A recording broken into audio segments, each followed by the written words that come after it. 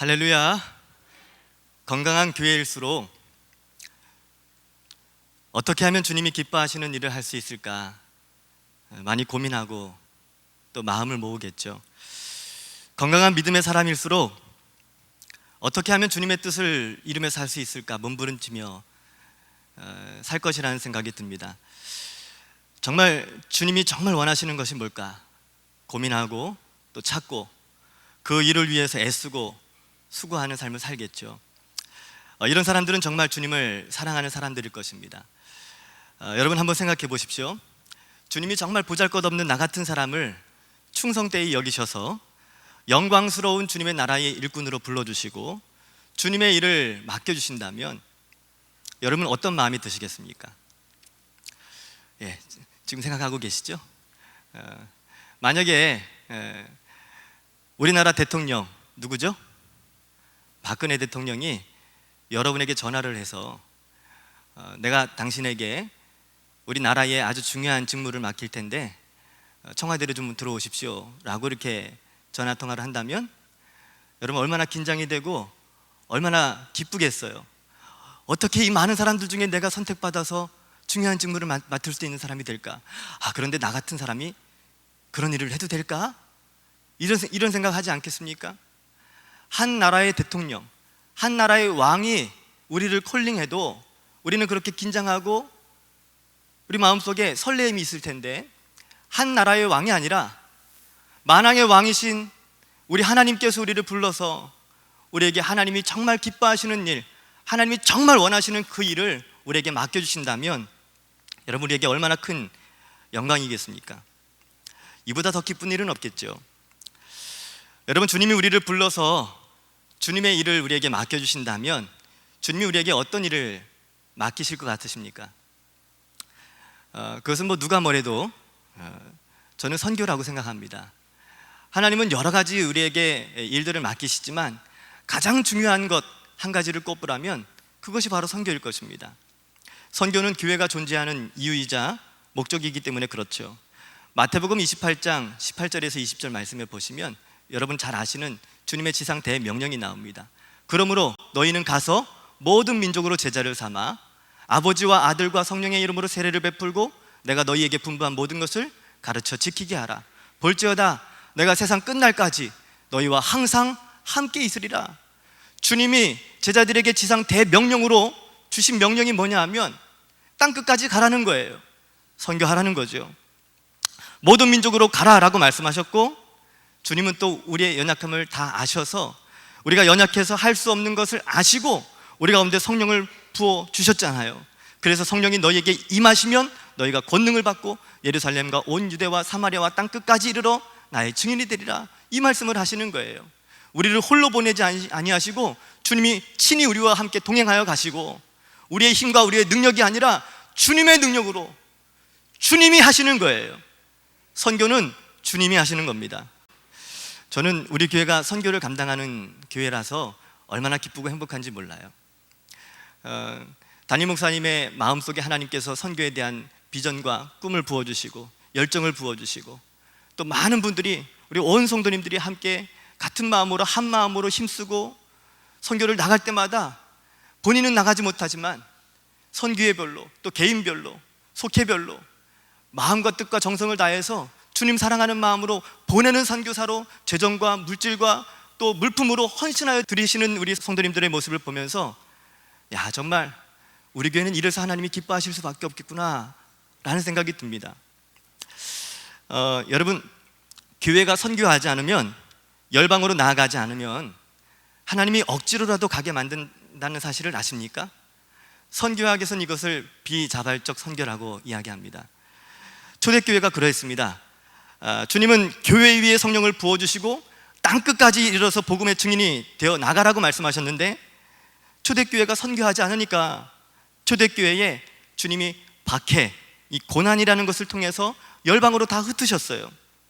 주님은 땅끝까지 복음을 전하라고 말씀하셨는데 왜 초대교회 성도들은 이렇게 선교하지 않았을까요? 선교할 수 없는 마인드 장벽이 있었던 거예요. 어떤 마인드 장벽이었냐 하면 그들은 혈통으로 보면 유대인이잖아요. 그들에게는 하나님이 그 민족을 특별히 선택했다는 선민 사상이 있었어요. 그래서 이방인들과는 함께 할 수 없는, 부정한 사람들과는 함께 할 수 없는 선민 사상이 있었던 거예요. 그래서 그들에게는 이런 마인드 장벽이 있었기 때문에 열방까지 나아가는 것이 부담이 됐던 거죠. 그래서 주님이 이 마인드 장벽을 허무시기 위해서 베드로에게 기도 시간에 꿈으로 하늘에서 부정한 음식들, 이 구약 성경에서 말씀하신 그 부정한 음식들이 있잖아요. 하늘에서 막 내려오는 모습들을 보여주시는 거예요. 그리고 베드로에게 이것을 받아 먹으라고 말씀하셨죠. 베드로가 뭐라고 얘기했죠? 이 부정한 것을 내가 어찌 먹을 수 있겠습니까? 그랬더니 하나님이 내가 정하다고 말한 것을 부정하다고 말하지 말아라. 그래서 주님이, 베드로가 주님의 그 말씀을 받고 부정한 음식을 먹는 환상을 봐요. 그 환상을 경험하고 나서 고넬료라는 가정에서 자신을 초청하고 있다는 것을 누군가를 통해서 알게 돼서, 그 고넬료가 이방인이거든요. 이방인 가정에서 이 베드로를 초청했다는 사실을 알고 그 집에 갑니다. 아, 하나님이 이 환상을 내게 보여주신 이유가, 부정한 것을 먹는 이 환상을 보여주시는 이유가 내가 부정하다고 생각했던 이 이방 민족 가운데 복음을 전하라고 말씀하신 거였구나 라고 깨닫습니다. 그래서 이 베드로가 고넬료라는 그 가정에 가서 복음을 전하죠. 그런데 참 기가 막힌 것은, 이 베드로가 이방인이었던 그 고넬료 가정에 복음을 전했더니 그들에게도 성령이 임하시는 거예요. 생명 얻는 회개가 터지기 시작하고 그들에게서 성령이 임하시는 모습을 보았어요. 얼마나 놀라웠겠어요. 아, 하나님이 이방인에게도 복음을 전하는 것을 원하시는구나. 그리고 나서 이 사실을 다른 사도들에게 전했겠죠. 그런데도요, 사도들이 땅끝까지 나아가는 것을 주저하는 거예요. 그러니까 그들 가운데 하나님이 초대교회에 말로 다 표현할 수 없는 핍박, 박해, 고난이라는 것을 사용해서 그들을 다 흩으시는 거예요. 그러면서 하나님의 이 복음이 땅끝까지 전해지도록 하나님의 역사를 이루어 가셨죠. 여러분, 현 시대를 살아가고 있는 우리들에게도 선교에 방해가 되는 마인드 장벽이 있습니다. 어떤 것이냐 하면, 그걸 꼭 우리가 해야 됩니까? 선교가 정말 하나님의 뜻이라면 우리가 굳이 나아가지 않아도 하나님이 하시지 않겠습니까? 한국에도 얼마든지 복음이 필요한 사람들이 많지 않습니까? 이런 거죠. 이런 마음들은 우리만 가지고 있는 것이 아닙니다. 선교의 역사를 보면 종교개혁 이후의 근대 역사를 봐도 마찬가지였습니다. 이 엄청난 은혜를 받았으면서도 이 복음을 땅끝까지 전해야 된다는 생각을 못하는 사람들이 많았어요. 19세기에 아주 위대한 세기를 만들었던 윌리엄 캐리라는 선교사, 혹시 아십니까? 근대 선교의 아버지라고 불려지는 이 선교의 아주 중요한 역할을 했던 분이시죠. 이분은 영국 사람입니다. 18세기의 영국 교회 지도자들이 어떤 생각이 있었냐 하면, 이 지상 대명령은 땅끝까지 이르러 복음을 전파하라고 말하는 이 지상 대명령은 오로지 사도들에게만 주어졌다라고 믿었어요. 그들에게도 이런 마인드 장벽이 있었던 거죠. 땅끝까지 복음을 전하는 것이 자기들과는 상관이 없다고 생각했던 거예요. 당시 영국은요, 해가 지지 않는 나라라고 불려질 만큼 전 세계 곳곳에 식민지를 가지고 있었어요.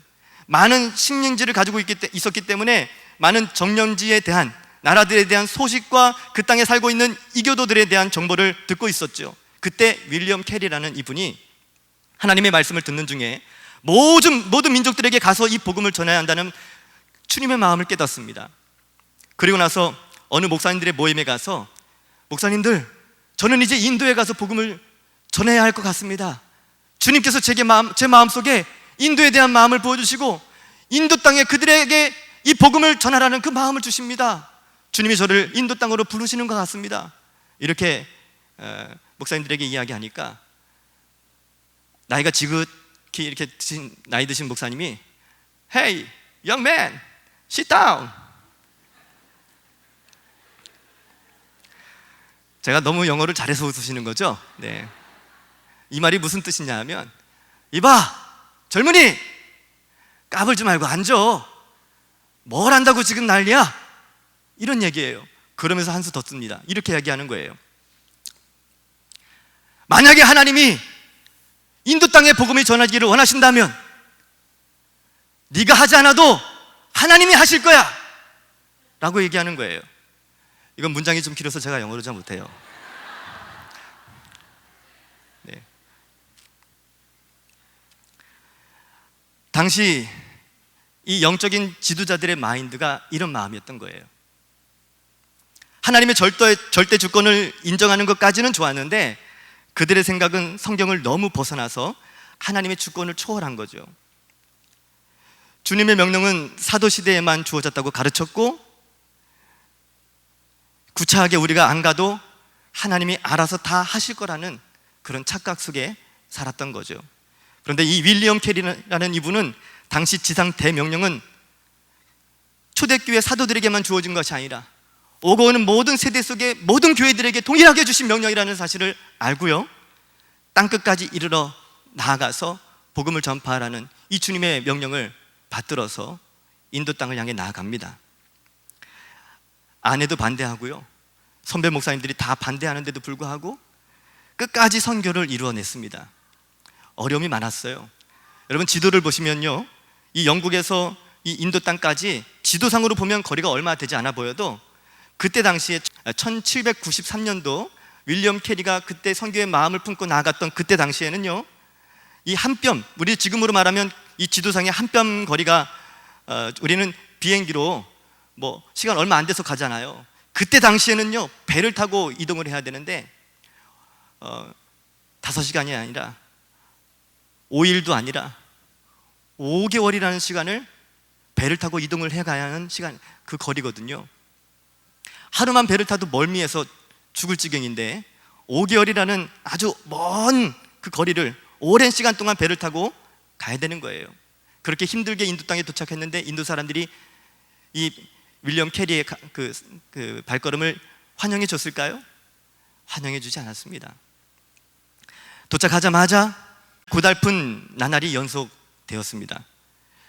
1974년 유달리 영리했던 그의 5살짜리 아들 피터가 선교지에 간 지 얼마 안 돼서 죽게 됩니다. 그 아들의 죽음 이후에 아내는요, 반미치광이가 되어버렸어요. 밤마다 들려오는 맹수 소리와 가까이 하는 것조차도 소름 끼치는 인도의 그 더러운 환경, 그리고 코를 찌를 듯한 역한 냄새들, 얼마나 참기 힘들었겠어요. 아내는 계속해서 원망과 괴로움을 남편 윌리엄 캐리에게 쏟아붓습니다. 얼마나 힘들었겠어요. 회의감도 밀려왔겠죠. 얼마나 힘들었겠어요. 그럼에도 불구하고 이 윌리엄 캐리는요, 이 선교 사역에 힘쓰고 특별히 성경을 인도어로 번역하기 힘썼습니다. 1812년 드디어 이제 번역이 거의 완성될 때쯤에 8년에 가까이 애써서 번역한 그 성경을 키우던 강아지가 촛불을 잘못 건드리는 바람에 그 원고가 다 타버리는 거예요. 주여, 선교사로 헌신한다고 해서 모든 일이 다 그냥 잘 풀리는 게 아니더라고요. 예수님을 잘 믿는다고 해서 모든 일이 다 잘 풀리는 게 아닌 것처럼 말이죠. 이 윌리엄 캐리가요, 이 얼마나 그 힘든 시간이었겠어요. 얼마나 힘들었을까 생각해 보면 우리 청소년들 말로는 멘붕이 왔을 것 같아요. 멘붕, 멘탈 붕괴. 아무것도 생각이 안 났겠죠. 다 때려치고 그냥 다시 돌아갈까? 이런 마음도 혹시 들었을지 모르죠. 그런데요, 이 윌리엄 캐리가요, 정말 힘들었을 것 같은데 포기하지 않았어요. 포기하지 않고 이런 환경과 상황 속에서도 하나님을 향해서 불평하거나 원망하지 않고 이렇게 기도했다고 그래요. 하나님 감사합니다. 하나님께서 제 원고가 부족한 것을 아시고 다시 완전하게 번역하시라고 없애신 뜻으로 알겠습니다. 다시 시작하겠습니다 하고 기도하고 다시 시작하는 거예요. 1761년 8월 영국 노스햄프턴에서 태어난 캐리는 하나님의 부르심을 받아 인도에서 헌신하는 41년 동안의 삶 속에서 단 한 번도 고향을 찾지 않았다고 합니다. 그리고 1834년 6월 73세의 일기로 인도의 세란포에 묻힐 때까지 그는 인도를 위해서, 하나님을 위해서 자신의 모든 것을 다 바쳤다고 합니다. 그리고 그가 남긴 위대한 말이 있습니다. 한번 따라해 보시겠습니까? 하나님으로부터 위대한 일을 기대하라. 하나님을 위해 위대한 일을 시도하라. 자, 우리 오늘은 청소년들 단기 선교 떠나는 날이니까요, 우리 청소년들 힘차게 같이 한번 외쳐봐요. 준비됐어요? 하나님으로부터 위대한 일을 기대하라. 하나님을 위해 위대한 일을 시도하라. 우리 그런 은혜가 우리 필리핀 단기 선교팀에게 있으시기를 축복합니다.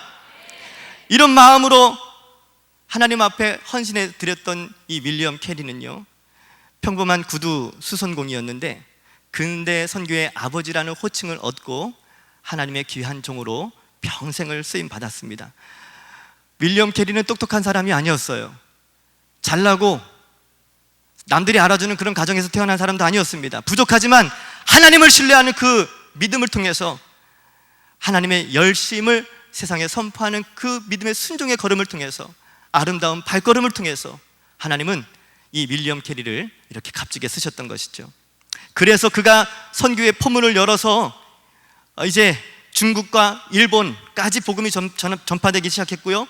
19세기 말 1885년 당시 조선이라는 국호를 사용했던 우리나라에까지 복음이 들어오게 되었습니다. 여러분, 우리나라는요, 처음부터 복음을 믿었던 민족이 아닙니다. 누군가가 이렇게 자신을 희생하며 헌신해 주었기 때문에 지금 우리가 복음을 듣고 구원받고 천국 갈 수 있게 된 거예요. 누군가가 복음을 전해주지 않았다면, 누군가가 아름다운 발걸음으로 우리에게 찾아오지 않았다면 우리는 결코 구원받지 못했겠죠. 우리나라 역사를 잘 알고 계시겠지만 우리나라 반만년 역사 가운데 복음을 알게 된 시간 그리 오래되지 않았는데, 우리 PPT 제가 준비한 거 있죠? 잠깐 보여주세요. 자, 여기 보시면요, 우리나라는 5,000년의 유구한 역사를 자랑하지만 하나님을 알지 못한 채 살았습니다. 샤머니즘에 빠져 살았죠. 예수님이 오시기 이전에 57년에 신라라는 나라가 태동했었고, 예수님이 오시기 37년에 고구려라는 나라가 건국이 되었고, 예수님이 오시기 18년 전에 백제가 세워졌습니다. 주님이 십자가에서 구원의 역사를 이루신 이후에 제자들에게 땅끝까지 나아가서 복음을 전파하라고 말씀하셨던 그때에 우리나라는 이미 삼국시대를 살고 있었던 거예요. 복음을 알지 못하던 미전도 종족, 아주 작은 나라였습니다. 그런데 어떻게 우리가 예수님을 알고 어떻게 하나님의 자녀가 되올 수 있었을까요? 우리가 어떻게 하나님의 자녀가 되고 영생을 얻고 이 기쁨을 얻어서 천국 갈 수 있는 이 은혜를 얻을 수 있었을까요? 지금으로부터 약 130년 전만 해도 우리나라는요, 복음을 단 한 번도 들어보지 못한 미전도 종족이었어요. 그래서 그 이전에 태어나신 우리 선조들은 다 복음을 알지 못한 채 영원한 지옥, 영원한 심판을 받을 수밖에 없는 문명이었죠. 여러분, 우리 민족은요, 결코 스스로 예수님을 믿은 것이 아닙니다. 지금 우리는 복음 안에서 이 엄청난 은혜를 누리며 살아가지만 한편으로 생각해보면 이 복음이 우리 선조들에게 조금 늦게 전달되기만 했다면, 또 지금까지도 우리나라에 복음이 전파되지 않았다면 우리는 어떻게 됐겠어요? 여러분, 그럼에도 불구하고 좀 늦은 감이 있지만 우리나라에 이렇게 복음이 들어와 있고, 복음이 들어와서 마음껏 하나님을 예배하고 하나님을 찬양하며 이 은혜 가운데 살다가 천국 갈 수 있는 이 좋은 환경 속에서 태어난 것이 얼마나 감사한 일인지 몰라요. 그런데 여러분, 지금 열방에는요, 우리 민족과 같이 단 한 번도 복음을 듣지 못한 그런 소수 종족들이 얼마나 많이 있는지 모릅니다.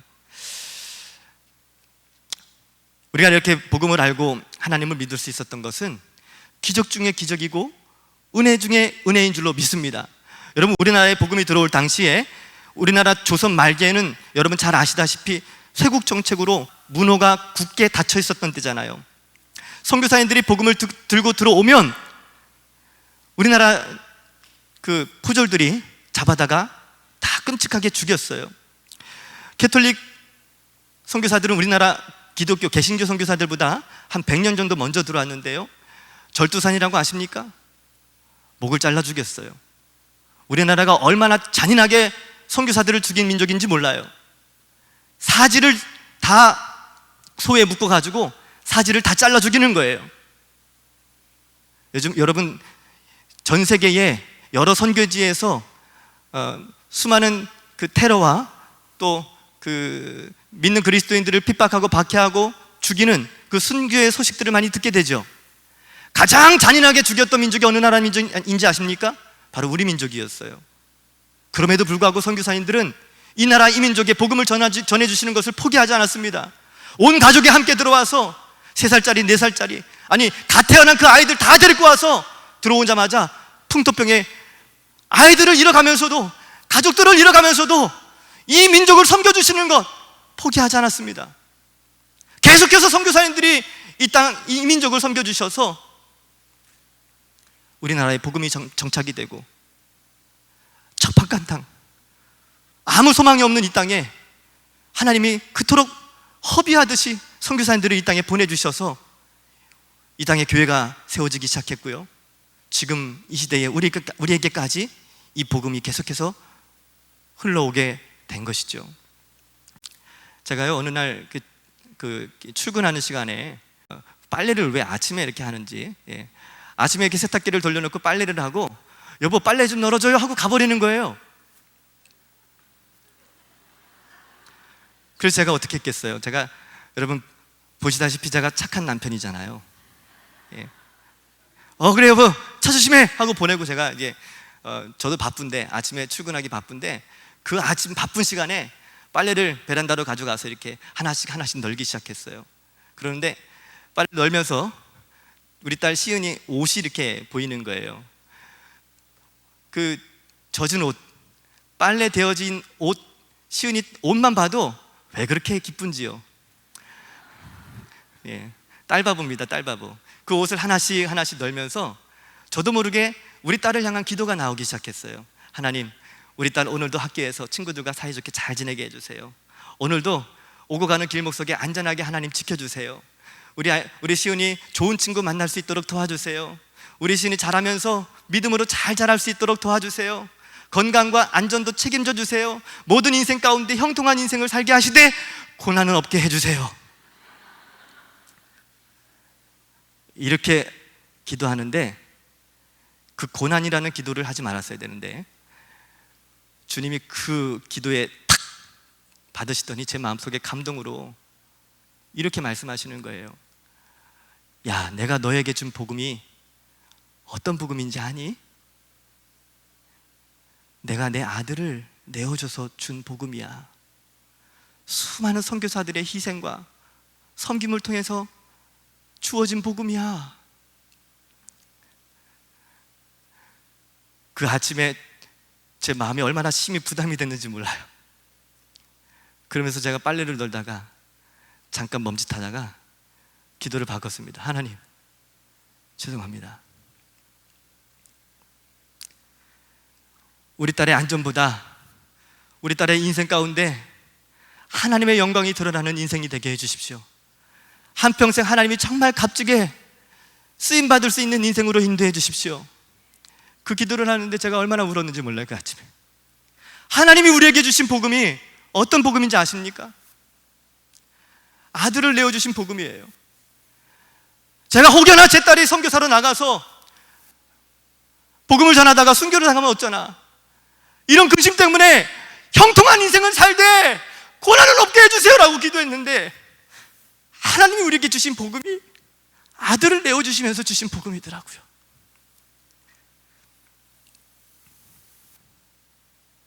하나님의 마음이 어떠셨겠어요?